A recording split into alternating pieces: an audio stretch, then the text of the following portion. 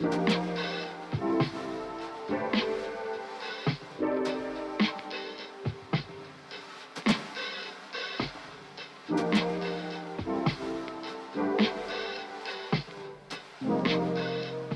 name is Bobby Bowen. I am the co-owner and head brewer of Bowigens Beer Company. Right now we are sitting in our tap room in Casselberry, Florida.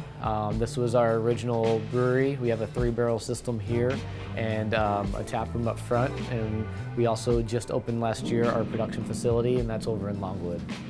We started this, the idea probably back in 2011, 2012. Kevin, my business partner, he is the Wegan, the Bowigens. We met down here in Florida, in the Orlando area. We were both playing in different bands at the time, and we just kind of had a connection. We bonded over a lot of different stuff, beer being one of them. And we had always talked about doing some kind of business together or going into some kind of venture. So we have a 3-barrel system brew house in the back, and we have 3-barrel fermenters. So we can net about 15 slim kegs out of each batch, which is it's a good amount for our tap room for us to get a lot of different variety. But as we grow, we were struggling to keep up, to make enough beer. Boards were falling off the tap list, and we couldn't keep more than 4 to 5 different beers on. And we are also trying to grow and want to do distribution as well. So it had always been our plan is to grow and to do a distribution center, do a production facility. So we got a much larger system there. We have a oversized 7-barrel system. We can do between 10 and 15 barrel batches out of there. And we do a lot more packaging, a lot of canning. Everything comes out of there. Usually our batches take between 15 to 18 days to turn around. So the initial day we go through the brewing process.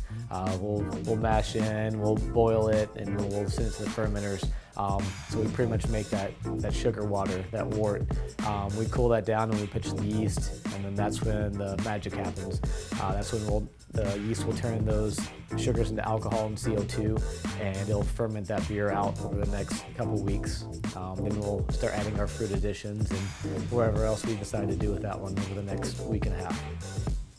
One of my favorite moments is actually before we start brewing the beer, is actually creating the recipe. When I was playing music, one of my favorite parts was writing a set list. To me, that was the coolest thing. When I was in high school, I was the kid who made mixtapes, and I made them to where each song flowed into the next one. It was the perfect, combination, the highs and lows, the ups and downs. Like that got me. It was something I love to do. So, but there was always an art and a science to both of that. And so when I really got into brewing beer and writing out the recipes, it kind of just struck a chord and brought back some of those memories. So I can turn on some music, grab a beer, and I can sit there and write a recipe, and there's some kind of art form about it that really gets me, that I'm passionate about. So that's one of my favorite parts before the process even starts. But then, while we're brewing, a couple of my favorite parts is one is the mash. When you turn on the water, kick open the grain chute and let the mash come in, you get that initial aromatics of the malt.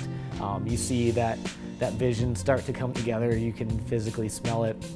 You watch that process go through, especially if you're there and by yourself brewing early in the morning, and just the sound of the grain and the water falling through is a really cool thing to do. And then after that, the rest of the process, it's tedious, it's work. You do it for the passion and the love of it, but then at the very end, when you can sit down and enjoy that finished product and share it with people and watch them have the same appreciation for it, it's a combination of all of those.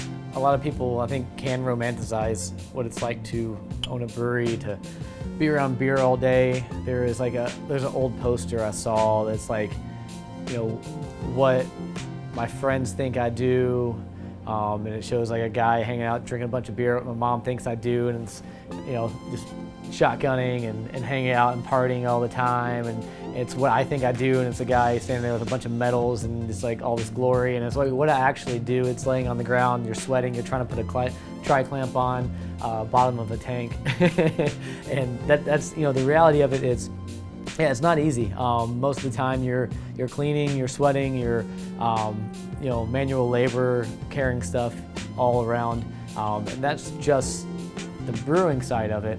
You're talking about owning a brewery. It's part of it, and you have to grow to love it and love each part of it. Otherwise, it can run you down. But I think with that too, it's also shown me something else that I love, and being more involved in the business side of things and how to properly manage a company and how to run it was something that wasn't a huge interest to me when I had started out, playing music and doing home brewing and really getting into beer, but it's something that I've grown to love as well. So, managing all of that, wearing multiple hats, and just finding time outside of work to hang out with your family, to do normal things in life. It doesn't always exist when you own a business, but if you love all of it, then it makes it worthwhile.